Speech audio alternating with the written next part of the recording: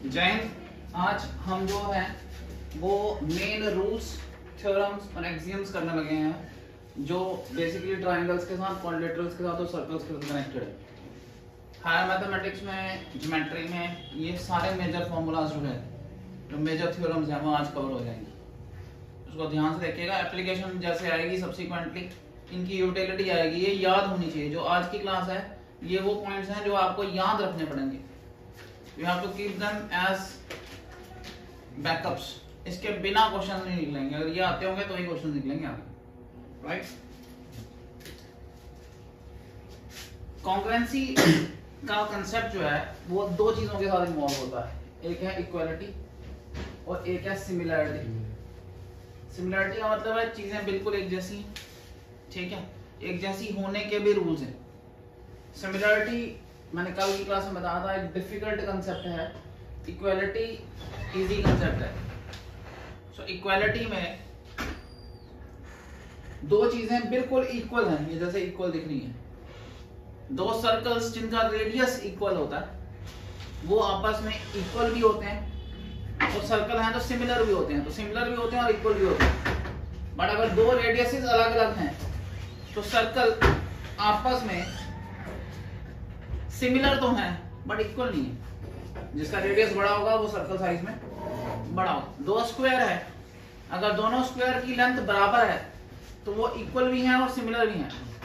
But एक बड़ा square और एक छोटा स्क्वायर होगा तो वो सिमिलर होंगे, इक्वल नहीं होंगे। जहां पे इक्वालिटी और सिमिलरिटी का कंसेप्ट आता है वहां पे कॉन्ग्रुएंसी आ जाती है। हम पहले पढ़ रहे हैं कॉन्ग्रुएंसी। कॉन्ग्रुएंसी 9th क्लास में है।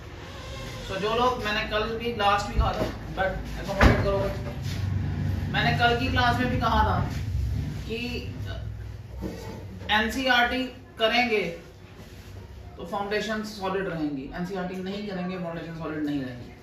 और ज्योमेट्री करने के लिए मेरी रिकमेंडेशन ये है कि 8th, 9th और 10th, 8th में लाइंस और एंगल्स का इंट्रोडक्शन है, 9th और 9th में सर्कल्स का थोड़ा सा इंट्रोडक्शन है और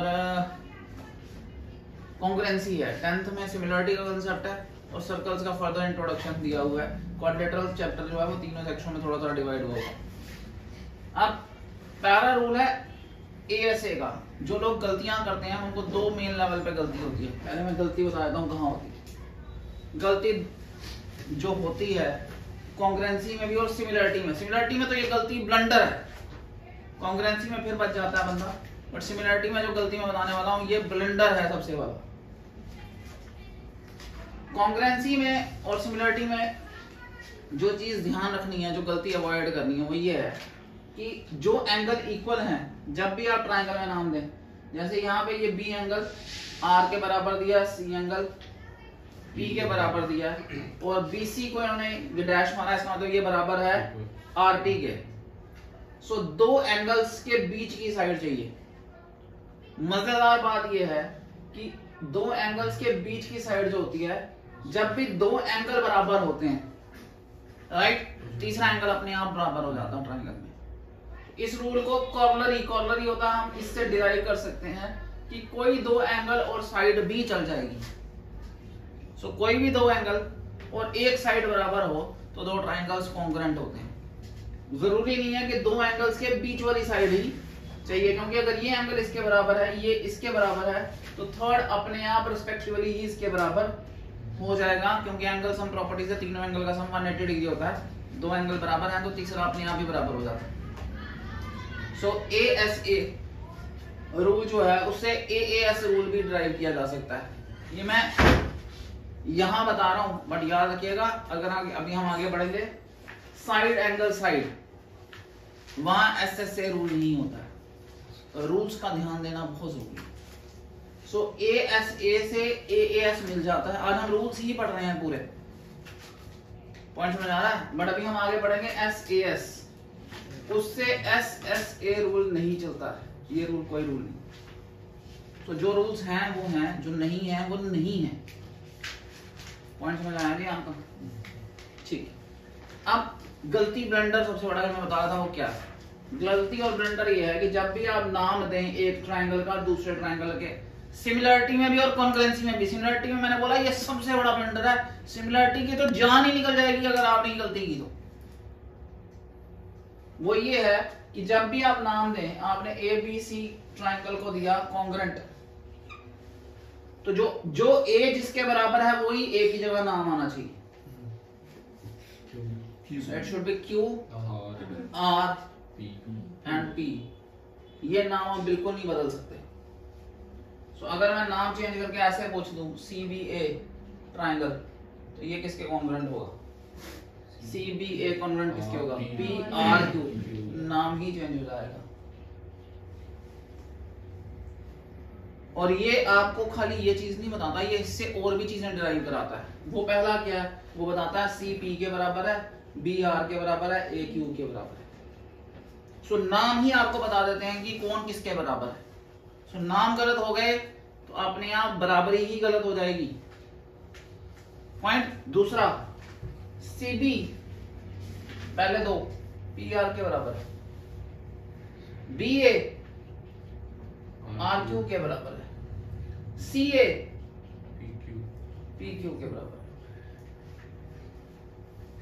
सो नाम अगर ध्यान से दिए जाएंगे तो ही रिलेशनशिप्स क्लियर आएंगे। और अगर नाम देने में गलती हुई, जो कि कॉन्ग्रुएंसी में तो फिर चलो बचा लेगा ये कई बार, क्योंकि दिख रहा होता है इक्वालिटी। आपको दो ट्रायंगल हैं, एक ऐसा बना हुआ है और दूसरा ऐसा बना हुआ है, तो आपको खुद दूर से दिख रहा है कौन बराबर है। सिमिलरिटी में दिखता नहीं है बराबर, क्योंकि होता ही नहीं है। ये सिमिलरिटी वाला, ये कॉन्ग्रुएंसी का, कॉन्ग्रुएंसी हल्का कंसेप्ट है, ये भी कॉन्ग्रुएंसी का ही बताया। सिमिलरिटी में ये प्रोपोर्शनल हो जाते हैं, इक्वालिटी नहीं होती। That says CP by PR is equal to BA by RQ। वो सिमिलरिटी में बताएंगे, अभी 5 मिनट और लगेंगे उसमें पहुंचने में। पॉइंट समझ आ गया? सो सिमिलरिटी और कॉन्ग्रुएंसी का सबसे इंपॉर्टेंट कंसेप्ट है कि नाम बड़े प्रॉपर देने हैं। नाम गलत हुए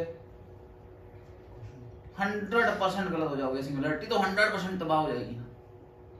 और सिमिलरिटी की तबाही जो है ना, वो है ही इसमें। सिमिलरिटी की तबाही सिर्फ इसी नाम के देने में।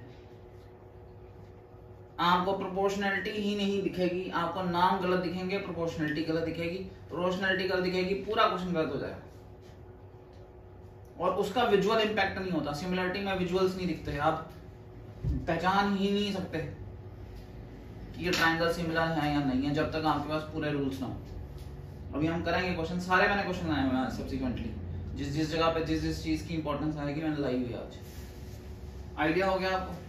सो पहला रूल हमने पढ़ा ASA रूल, दो एंगल्स और उनके बीच की साइड, जिससे हमें ये भी मिल जाता है कि कोई भी दो एंगल्स और साइड, तो हमारे को कॉन्ग्रुएंसी मिल जाती है। कॉन्ग्रुएंट का मतलब है कि ये ट्रायंगल आपस में सुपर इंपोजेबल है, एक को पूरा का पूरा दूसरे के ऊपर डाला जा सकता है।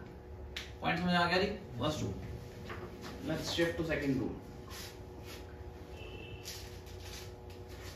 ठीक है,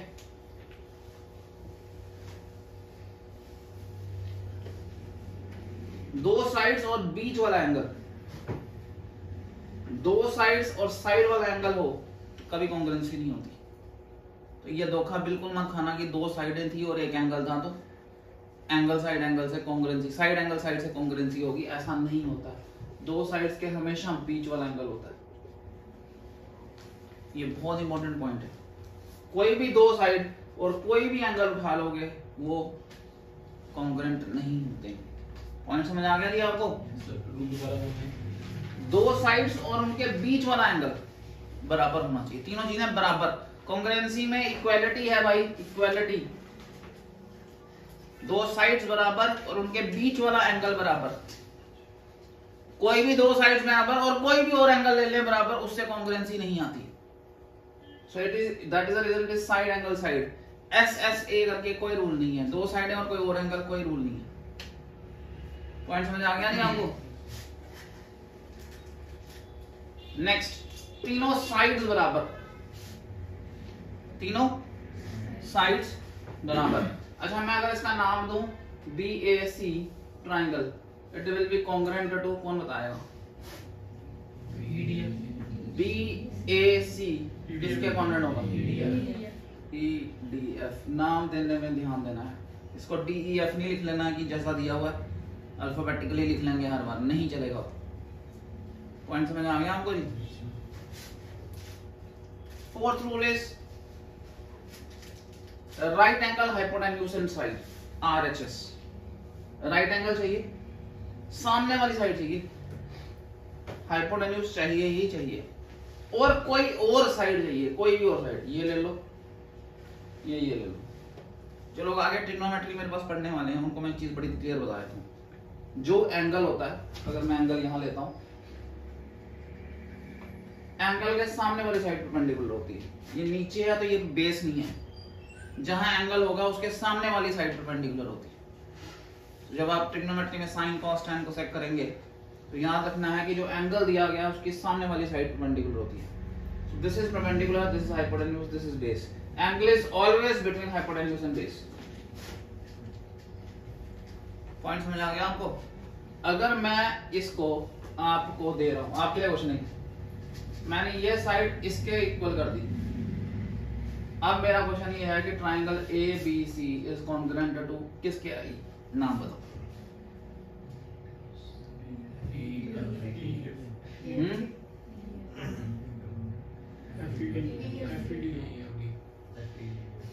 आप करके देख लो, आपने बोला FED, AB FE के बराबर है, वो हमें पता है।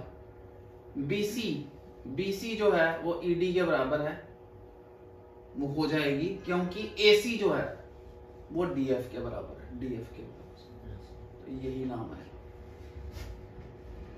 नाम ध्यान से दीजिए। और इसकी मैं फिर बाद में दोबारा बोल रहा हूँ, इसकी उतनी इंपॉर्टेंस कॉन्करेंसी में नहीं है जितनी ज्यादा इंपॉर्टेंस इसकी सिमिलरिटी में है। ये तबाह सिमिलरिटी पूरी ही तबाह हो जाएगी, क्योंकि उसका जो क्वेश्चन है उसका सारा क्वेश्चन प्रोपोर्शनैलिटी पर होता है।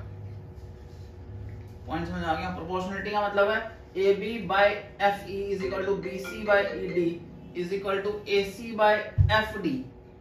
सो अगर आपने नाम उल्टा कर दिया तो आपको साइडें जो इक्वलिटी के रिलेशन में मिलनी है वो आगे पीछे मिलेंगी, पूरा क्वेश्चन गड़बड़ हो जाएगा। पॉइंट समझ गए जी आप? सर ये EFD क्यों नहीं हुआ भाई? EFD में अगर आप, मैंने क्या नाम दिया था, ABC, अगर आप EFD देते तो AB EF के बराबर है, AB EF के बराबर है, BC FD के बराबर है क्या? BC ये वाला पार्ट इसके बराबर है, ठीक है, नाम गलत है। पॉइंट समझ आ गया जी आपको? यही सीखने वाली चीज है, जो मेन चीजें हैं वो साथ साथ बता रहे हैं, क्योंकि जब चैप्टर शुरू होगा ना तो ये दोबारा बताने की जरूरत नहीं पड़नी चाहिए, अगर वहां बताना पड़ेगा फिर तो चैप्टर में हम यही चीजें समझते रह जाएंगे, right? This called the BPT theorem, basic proportionality theorem, इसका कन्वर्स भी ट्रू है। BPT थ्योरम बोलते क्या है? BPT थ्योरम बोलती है कि अगर एक लाइन जैसे DE जो है, if it is drawn parallel to BC, अगर आप बोलेंगे तो मैं डिराइव करा दूंगा, ठीक है? So DE is parallel to BC if in a triangle one line is drawn parallel to the another side of a triangle, one side of a triangle, ठीक है? It divides the two lines in the same ratio, इसका मतलब है AD by DB is equal to AE by EC।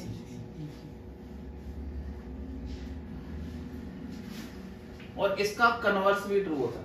Converse का मतलब है अगर ये दिया हुआ है तो लाइन पैरेलल होगी, ये यहां भी ट्रू है और यहां भी ट्रू है। अगर पैरेलल ट्री है तो प्रोपोर्शनल होंगी, और अगर प्रोपोर्शनल नहीं है तो पैरेलल होंगी। डिराइव करना है, उसको डिराइव करना है, हाँ? खतरनाक डेरिवेशन है ये, सबसे खतरनाक डेरिवेशन में से ये 10th में ऐसा क्वेश्चन है जो स्टेट बोर्ड CBSE में कंफर्म्ड क्वेश्चन है, आना ही आना पेपर में। सर मैं लड़के गया ये ऐसा क्वेश्चन है जो कंफर्म्ड क्वेश्चन है, आना ही आना पेपर में, ठीक है? ये एरिया बेस्ड क्वेश्चन है। अच्छा, जिनको एरिया के बारे में कंसेप्ट कम है उनको बता दूं, एरिया होता है बेस इनटू अल्टीट्यूड। सो ये बेस होगा और ये अल्टीट्यूड होगा, half of base into altitude. ये हो गया स्क्लीन ट्रायंगल जिसके तीनों एंगल 90 डिग्री से छोटे, ठीक है? अगर राइट एंगल ट्रायंगल होगा तो ये बेस बन जाएगी और ये अल्टीट्यूड हो जाएगा। और अगर ऑब्ट्यूज एंगल ट्रायंगल होगा तो ये हिस्सा बेस होगा, इसको हमें एक्सटेंड करना पड़ेगा और यहां से परपेंडिकुलर यहां डलेगा और ये अल्टीट्यूड लगेगा। तो बेस ये होगी और अल्टीट्यूड बाहर होगा। Got it? सो जो ऑब्ट्यूस एंगल ट्रायंगल होता है उसका अल्टीट्यूड बाहर भी गिरता है, और हम इस बेस को इस अल्टीट्यूड से मल्टीप्लाई करेंगे, उसको आधा करेंगे तो हमारा एरिया निकल जाएगा। पॉइंट समझ आया नहीं? ठीक।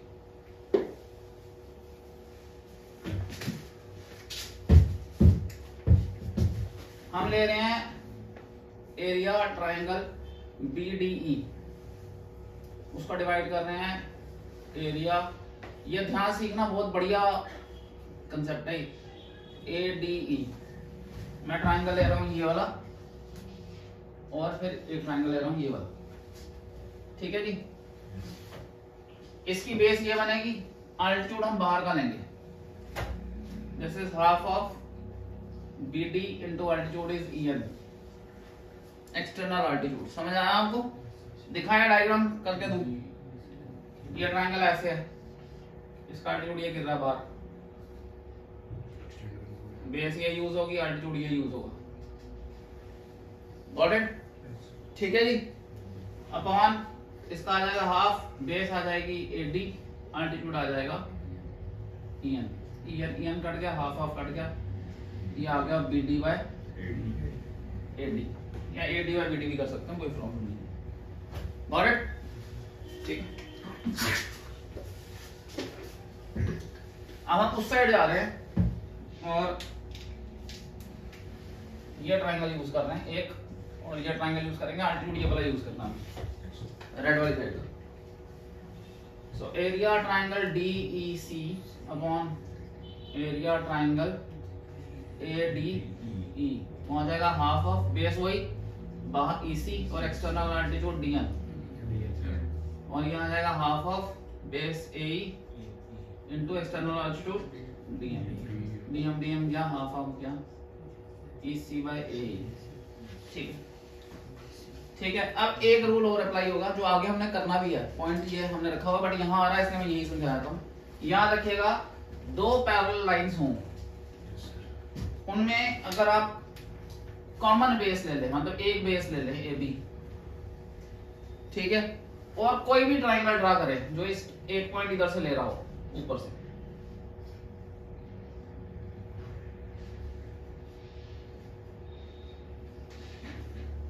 ठीक है, ये सारे एरिया में बराबर होते हैं।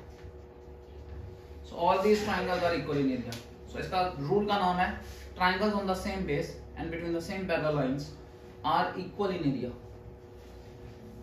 ये आगे आएगा, इसमें है triangles on the same base and between the same parallel lines are equal in area. अब आपको अगर ये दिख रहा है, ये पैरेलल दी हुई है, ये सेम बेस है, ये दोनों पैरेलल लाइंस है, तो ये ट्रायंगल का एरिया और ये ट्रायंगल का एरिया इक्वल होगा। तो कौन कौन सा बराबर होगा? DEB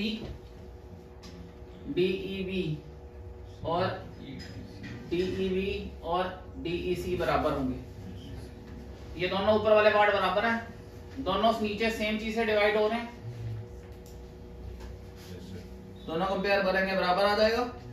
बराबर आएगा तो निकल गया हमारा BD by AD is equal to EC by AE, जिसको हम ऐसे उल्टा भी लिख सकते हैं, AD by BD is equal to AC by AE by AC। Okay, right, निकल गया नहीं हमारा। अब इसमें से और बड़ी सारे कंक्लूजन में निकलते हैं। और कंक्लूजन क्या है? दोनों तरफ आना ऐड कर दो, तो ये हो जाएगा BD plus AD, BD plus AD, BD plus AD, वो क्या बन गया? AB by BD is equal to AC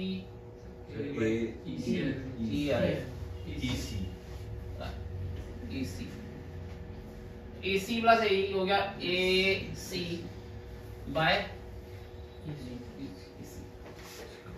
इसका सिंपल सा मतलब है this side by this side is equal to this side by this side, this side by this side is equal to this side by this side, this side by this side is equal to this side by this side। जैसा यहां से लोगे वैसा वहां से लेना। Point समझ आ गया? इसीलिए इसको बेसिक प्रोपोर्शनलिटी बोलते हैं। नीचे बाय ऊपर, नीचे बाय ऊपर, नीचे बाय पूरा, नीचे बाय पूरा, ऊपर बाय पूरा, ऊपर बाय। और इसका कन्वर्स भी ट्रू होता है। कन्वर्स का मतलब है पैरेलल दी है तो प्रोपोर्शनलिटी निकलती है, प्रोपोर्शनलिटी दी हो तो गॉट इट। ये बाद में आप आराम से उतार सकते हैं। रब कर दूं?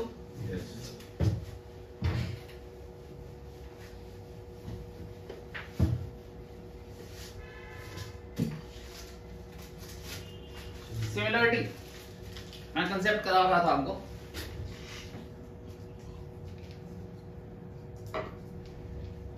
मैंने बताया जिनकी शेप सेम होती है, ठीक है, जैसे सर्कल से, स्क्वायर से, ठीक है, बट उनका साइज सेम नहीं होता, वो सिमिलर होते, राइट।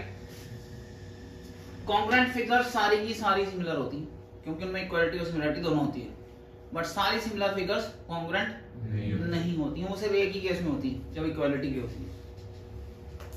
दो पॉलीगन्स, कोई भी दो पॉलीगन्स, ट्रायंगल से आगे किसी में चले जाएं, वो तभी सिमिलर होते हैं जब उनके कॉरस्पॉन्डिंग एंगल्स इक्वल होते हैं, सारे एंगल्स बराबर होने चाहिए और उनके कॉरस्पॉन्डिंग साइड्स प्रोपोर्शनल होनी चाहिए, कॉरस्पॉन्डिंग साइड्स प्रोपोर्शनल होनी चाहिए।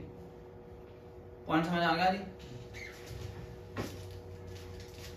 सिमिलरिटी का रूल जो है, कॉन्ग्रुएंसी में ये रूल नहीं है, सिमिलरिटी में है तीनों एंगल अगर बराबर हों, ए बी सी, बी ई के बराबर है, ए डी के बराबर है, सी ई एफ के बराबर है, तो साइडें प्रोपोर्शनल होती हैं। A B by D E is equal to B C by E F is equal to A C by D F. और इससे भी कॉर्लरी निकलती है, तीनों एंगलों की जगह अगर दो एंगल भी बराबर दिए होंगे तब भी सिमिलरिटी होगी, क्योंकि तीसरा तो अपने आप ही बराबर हो ही जाएगा।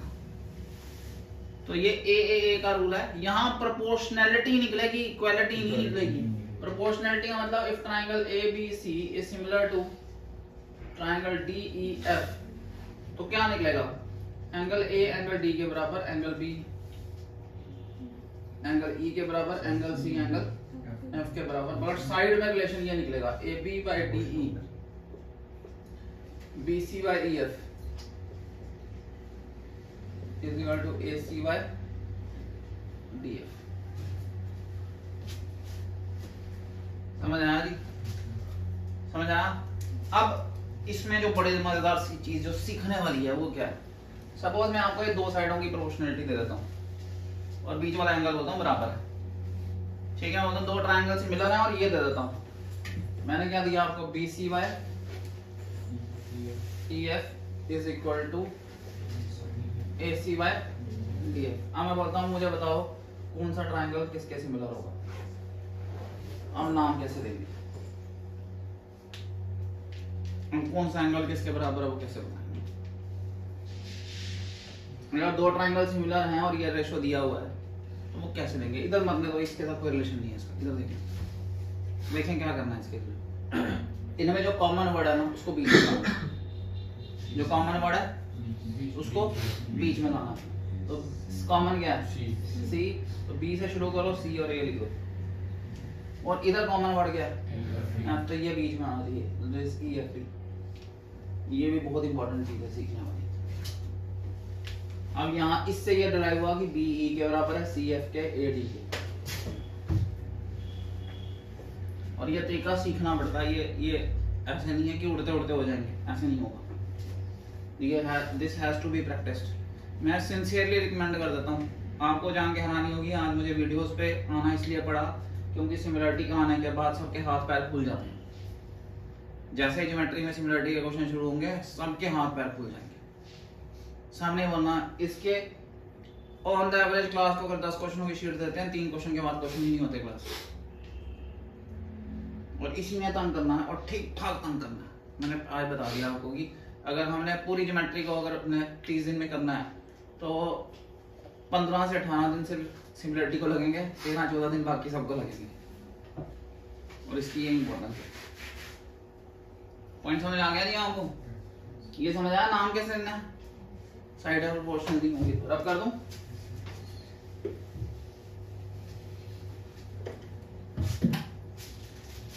हमारे पास तीनों साइडें प्रोपोर्शनल हो तब भी सेम रूल बनता है, नाम वैसे ही देना, नाम देते टाइम वैसे ही ध्यान रखना है, ठीक है। SAS भी सिमिलरिटी रूल है, साइड बीच वाला एंगल और साइड, दो साइड है प्रोपोर्शनल, ये आपको ऐसे दिया होगा AB by DP is equal to AC by DF, ठीक है, और angle A equal to angle D दिया होगा।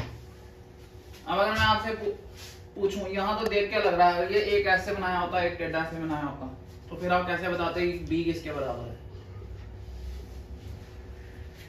जब तक आप नाम इधर से नाम नहीं निकालते ट्रायंगल का, एंगल्स नहीं मिलते यहाँ। और नाम कैसे मिलता? कॉमन क्या है इनके बीच में?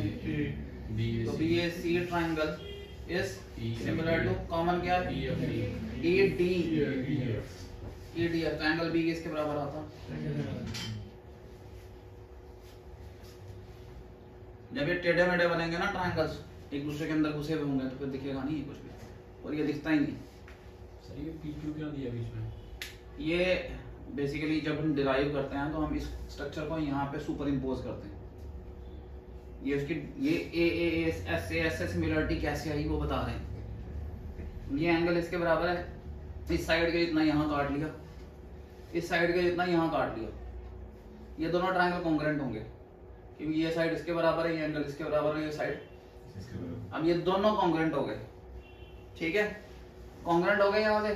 अब ये साइड दिया हुआ है AB बाय, ये दिया हुआ है क्वेश्चन में, ठीक है। अब ये दिया हुआ है AB by DE is equal to AC by DF। अब AB की जगह हम DP लिख सकते हैं, और AC की जगह डेरिवेशन बता रहा हूँ, इसकी डेरिवेशन दी है बस, उसके हिसाब से आएगा। AC की जगह लिखेंगे DQ, तो ये आ जाएगा AB की जगह आ जाएगा हमारा DP और नीचे DE रहेगा, और AC की जगह आ जाएगा DQ और नीचे DF ही रहेगा। अब DP by DQ, DP by DE is equal to DQ by DF, ये लाइन इसके पैरेलल आ गई, पैरेलल आ गई, तो ये एंगल इसके बराबर होगा कॉरस्पॉन्डिंग एंगल, ये एंगल जो है इसके बराबर होगा कॉरस्पॉन्डिंग एंगल। जब तीनों एंगल बराबर होते हैं, इसके तीनों एंगल, ये तीनों, ये बिल्कुल इसके कॉन्ग्रुएंट है, और ये इसके सिमिलर आ गया, तीनों एंगल बराबर होते हैं तो सिमिलरिटी होती है, तो ये इसके भी सिमिलर होगा।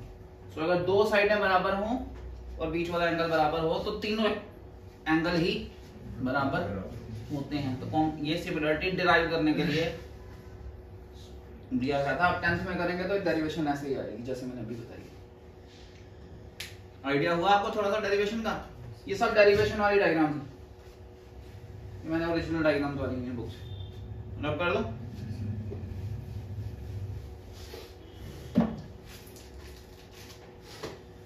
The ratio of area of two similar triangles is same as the ratio of the square of their corresponding sides.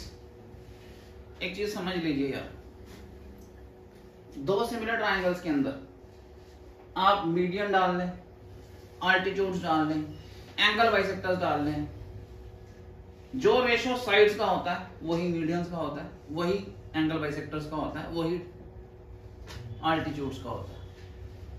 Point समझ आया नहीं आपको? ये आप डिराइव कर सकते हैं। देखिए ये और ये सिमिलर है, इसका मतलब ये एंगल जो है इसके बराबर है, ये एंगल किसके बराबर है? इसके, और ये एंगल किसके होगा? इसके, ठीक है, सिमिलर दिया हुआ। अब यहाँ से आपने परपेंडिकुलर डाल दिए तो ये 90 हो गया, ये भी 90 हो गया। अब इस ट्रायंगल में और इस ट्रायंगल में, छोटे ट्रायंगल में, छोटा दिख रहा है, छोटे वाले में ये एंगल इसके बराबर है और ये 90 है। जब दो एंगल बराबर दो सिमिलरिटी आ गई, दो एंगल बराबर सिमिलरिटी आ गई, तो जो ratio this side by this side का होगा वही ratio this side by this side. Point समझ आ गया आपको? Yes sir. So area triangle ABC by area में डिराइव कर दिया मैंने, triangle PQR, this half of BC into AM by half of QR into PN।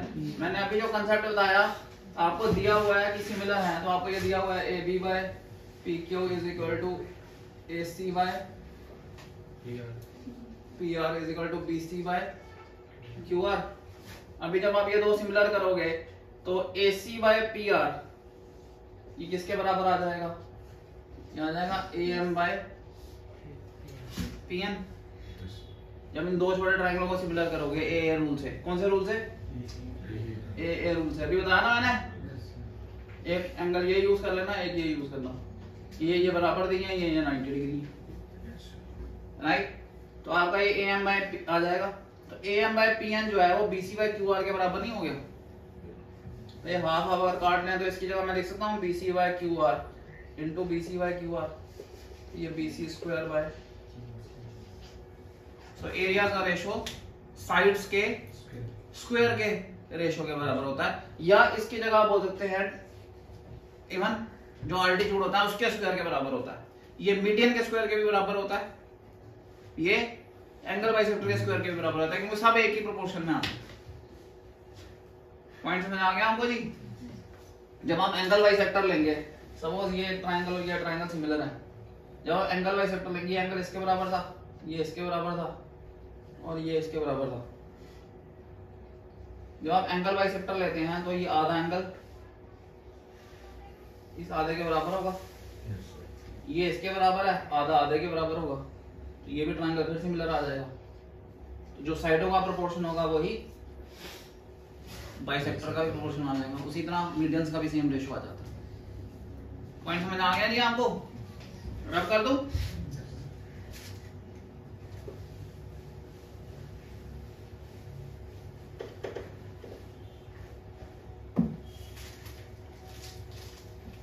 Circles पे आते हैं थोड़ा सा। इक्वल कॉर्ड्स जो होते हैं, पहले कॉर्ड्स पता है, सीकेंट टांजेंट्स को बता दूं। ठीक, इधर ये सर्कल है, ये डिस्टेंस जो होता है इसको रेडियस बोलते हैं। पूरा जो होगा वो क्या होता है? डायमीटर। ठीक है, डायमीटर को छोड़ के कोई और दो पॉइंट ज्वाइन कर लें, उसको क्या बोलते हैं? कॉर्ड। ये डायमीटर, ये रेडियस। ठीक है, अगर बाहर से एक्सटेंड करके लाए इसको सीकेंट।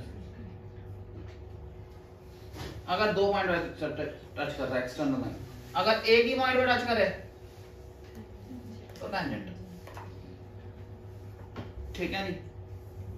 ठीक है, दो कॉर्ड जो होते हैं जो इक्वल है वो इक्वल एंगल सबटेंड करते हैं सेंटर पे। ये साइड इसके बराबर है, ये रेडियस है इसके बराबर, ये भी रेडियस है। कौन सा रूल से कंकरेंसी हुई? साइड साइड साइड कंकरेंसी हो गई, तो सेंटर एंगल भी इक्वल। इसका उल्टा भी ट्रू है, अगर एंगल इक्वल दिए हुए दो तो कॉर्ड इक्वल होंगे। उसमें ये रेडियस इसके बराबर, एंगल पहले ही बराबर दिया, ये साइड इसके बराबर, साइड एंगल साइड से कॉन्ग्रुएंसी, ये पार्ट अपने आप बराबर आ जाएगा। CPCT बोलते हैं इसे, congruent parts of congruent triangles. समझ आ गया जी आपको? ठीक है, so equal chords have equal angles at the centre, और जो कॉर्ड्स इक्वल एंगल बनाते हैं वो इक्वल होते हैं। उल्टा भी ट्रू है, कन्वर्स भी ट्रू है। फोर्थ नंबर पे क्या बताया था? कौन सा बेटा? वो सर्कल में स्कैन टेंजेंट के ऊपर सिकेंट। सिकेंट वो लाइन है जो सर्कल को दो पॉइंट पे टच करती है। हाँ, कॉर्ड सिर्फ जो होता है वो दो पॉइंट को ज्वाइन करने वाली लाइन होती है, वो बाहर से नहीं आती। सिकेंट बाहर से आती है। बहुत सारे लोगों को ना लाइन रे और लाइन सेगमेंट में भी डिफरेंस नहीं पता। लाइन होती है जिसके दोनों एंड पॉइंट्स नहीं होते, ये लाइन है। जिसका एक पॉइंट होता है और एक तरफ एक्सटेंड होती है, इसको रे बोलते हैं। और जिसके दोनों एंड पॉइंट्स होते हैं यहां से यहां तक, इसको लाइन सेगमेंट बोलते हैं। पॉइंट समझे?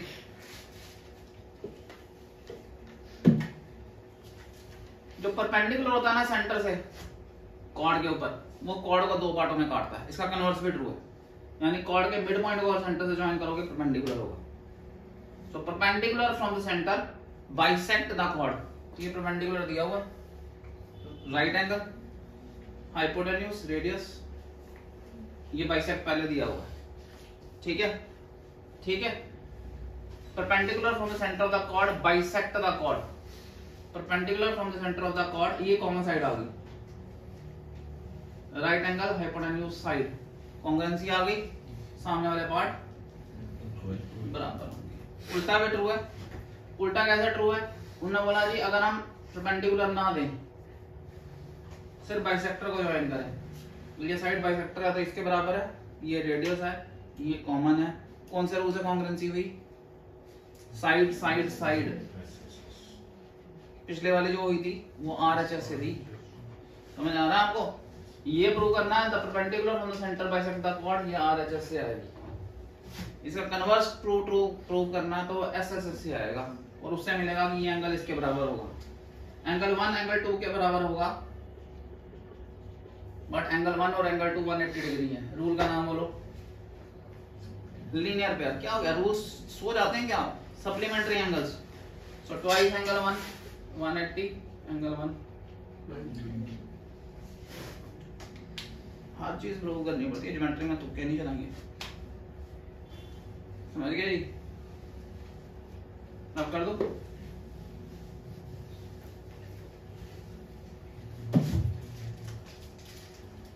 The line drawn through the center of the circle to the bisecting chord is perpendicular to the chord, वही कन्वर्स आ गया उसका जो भी हमने किया, ठीक है जी? Equal chords of the circle are equidistant from center, जो equal chords होते हैं उनका डिस्टेंस सेंटर से इक्वल होता है। आपको पता है कॉर्ड अगर इक्वल है परपेंडिकुलर डालेंगे, शॉर्टेस्ट डिस्टेंस हमेशा परपेंडिकुलर होता है, ये परपेंडिकुलर डालें। आपको पता है perpendicular from the centre bisect the chord, ये पता नहीं पता है? तो ये पूरा कॉर्ड अगर बराबर है तो उसका ये आधा कॉर्ड भी बराबर होगा, राइट? परपेंडिकुलर है दिया हुआ ये। दूसरी चीज ये रेडियस है, ये हाइपोटेन्यूज आ गई यहाँ पे, तो ये right angle hypotenuse side, congruency आ गई। कॉन्ग्रुएंसी आ गई इसका मतलब है जो डिस्टेंस है ये वाला ये बराबर आएगा। So equal chords are equidistant from cord.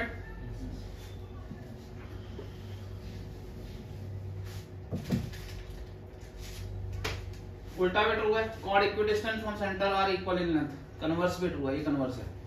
सो अगर इक्विडिस्टेंट होंगे कॉर्ड्स वो इक्वल होंगे, समझ गए जी? Very important rule. ये बोलता है जो आर्क, कोई आर्क है सर्कल में, ये ले ली मैंने ए से दी, ये आर्क लेंथ होती है, ये एंगल जो सेंटर पे बनाती है, जो भी एंगल सेंटर पे बनाती है, ये एंगल सामने की तरफ बनाए एंगल का डबल होता है, सामने की तरफ बनाए हुए एंगल का डबल। कैसे डिराइव करना, देखो एक पे डिराइव करता हूँ, तीनों अलग अलग केसेस सीखे हैं, आपने इसको ज्वाइन करके एक्सटेंड कर लिया, राइट? ये रेडियस है, ये भी रेडियस है या नहीं है? Yes sir. So exterior angle is sum of interior opposite angles, exterior angle is sum of interior opposite angles, two interior opposite angles. So angle 1 किसके बराबर है? angle 1 आ जाएगा twice angle 3, क्योंकि 2 3 के बराबर। लिखूं यहाँ समझ आ रहा है?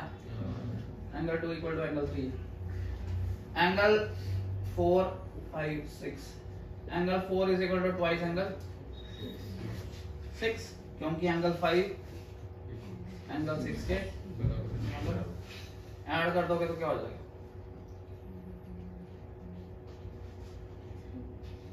आ गया angle Q is equal to 5 angle 3। Got it? Yes sir. सबको आया समझ? Yes sir. Same is applicable है, सेम इज एप्लीकेबल है। ये एक्यूट एंगल था, मतलब this is less than 180 degree, right? This is 180, तो अगर ये 180 है तो ये कितना होगा? 90। इसका मतलब है अगर ये डायमीटर हो तो ये एंगल क्या होगा? 90, यानी angle in semi circle is 90 degree. अगर कोई भी एंगल ज्वाइन कर लूं यहाँ पे 90 होगा, so एंगल में सेमी सर्कल इज 90 डिग्री। इससे और भी चीज ड्राइव कर सकते हैं आप। मजेदार चीज देखो, अगर मैं इसको 2 थीटा लूं तो ये थीटा होगा, ठीक है, ये कितना होगा, ये भी थीटा, ये कितना होगा थीटा, ये कितना होगा थीटा। तो अगर आप बीच वाला भूल ही जाएंगे यार, तो सर एक आर्क सामने जितने भी एंगल बनाएगी सारे एंगल बराबर होते हैं। तो इसको बोलते हैं सेम सेगमेंट, ये सेगमेंट होता है। सेम सेगमेंट में बनाए हुए एक आर्क से सारे एंगल जो होते हैं वो बराबर होते हैं। तो angle in the same segment are equal. इससे नेक्स्ट रूल डिराइव कर सकते हैं कि angles in the same segment are equal. Rub कर दूंगे, डेरिवेशन समझ आ गई है।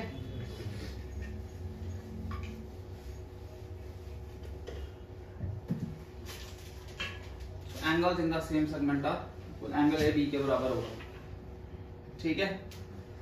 एंगल ए इक्वल टू, ये ओ के साथ क्या रिलेशन होगा, हाफ एंगल होगा, क्योंकि ओ का डबल होगा ना, ओ का डबल होगा ना, ओ जो होगा वो ट्वाइस बी के बराबर होगा, ओ आधा होगा, आधा ओ करेंगे तो ए के बराबर आएगा। पॉइंट समझ आ गया आपको।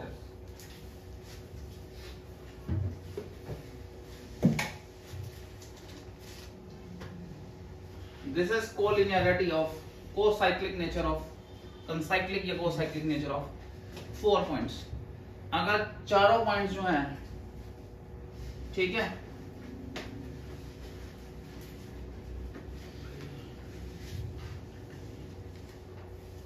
जो मैंने पीछे किया था ये उसी रूल की डेरिवेशन है बेसिकली, ठीक है। अगर दो पॉइंट्स आपको दिए हुए हैं और वो दो और किसी दो पॉइंट्स पर सेम एंगल बनाते हैं, तो चारों पॉइंट्स किस पर होंगे, सर्कल पर होंगे। दो पॉइंट्स दिए हैं आपको, वो सामने किसी भी दो पॉइंट्स पर सेम एंगल बनाते हैं, तो वो चारों पॉइंट, एक दो ये तीसरा और ये चौथा, चारों पॉइंट किस पर होंगे, सर्कल के ऊपर। इसका उल्टा हो गया, ठीक है। ऑपोजिट एंगल्स का सम जो होता है साइक्लिक क्वाड्रिलेटरल में 180 डिग्री होता है। इससे हम और चीज भी ड्राइव कर सकते हैं। एक्सटीरियर एंगल जो होता है वो इंटीरियर ऑपोजिट एंगल के बराबर होता है, क्योंकि this angle plus this angle is 180 degree, this angle plus this angle is 180 degree, so this angle is equal to. तो साइक्लिक क्वाड्रिलेटरल में ऑपोजिट एंगल्स का सम 180 होता है।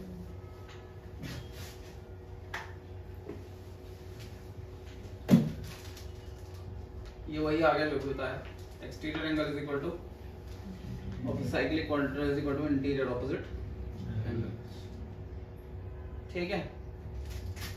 टेंजेंट, टेंजेंट जो लाइन है ये हमेशा रेडियस को eight the point of contact एक ही पॉइंट पर टच करता है, परपेंडिकुलर होती है,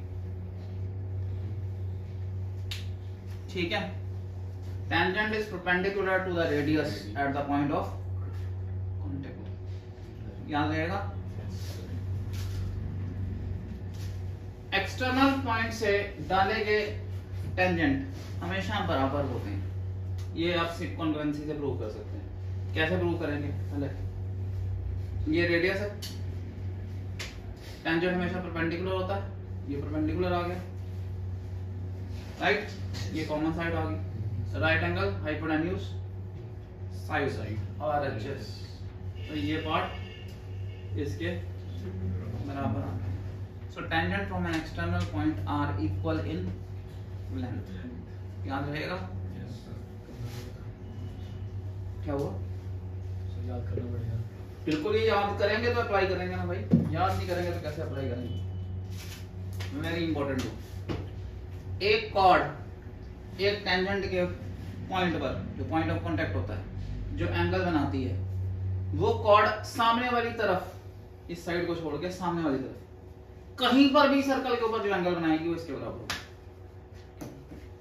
ये कॉर्ड है, ये यहां पे एंगल बना ले, ये भी थीटा होगा, यहां पे बना ले, ये भी थीटा होगा।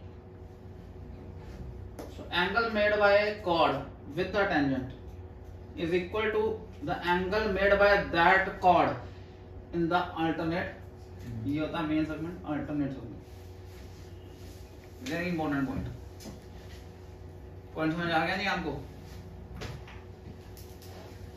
इसका मतलब है कि ये एंगल किसके बराबर होगा? नाम बताओ। ये एंगल इसके बराबर, क्योंकि ये कॉर्ड है, ये कॉर्ड सामने की तरफ जो एंगल बना रही है वो इसके बराबर। विजन ही नहीं बनता, ज्योमेट्रिक यूनिट से ज्योमेट्रिकल विजन वो इतनी इजीली नहीं बिल्ड होता। मैं I have seen many faculties are very good in arithmetic but they have a fear of geometry. Geometry में उनका विजन ही नहीं बनता, और ज्योमेट्री के लिए विजन बनाना ही पड़ता है। दिखाइए, दिखा। Very important point. ये भी आप सिमिलरिटी से बता सकते हैं। सिमिलरिटी से कैसे? ये बता रहा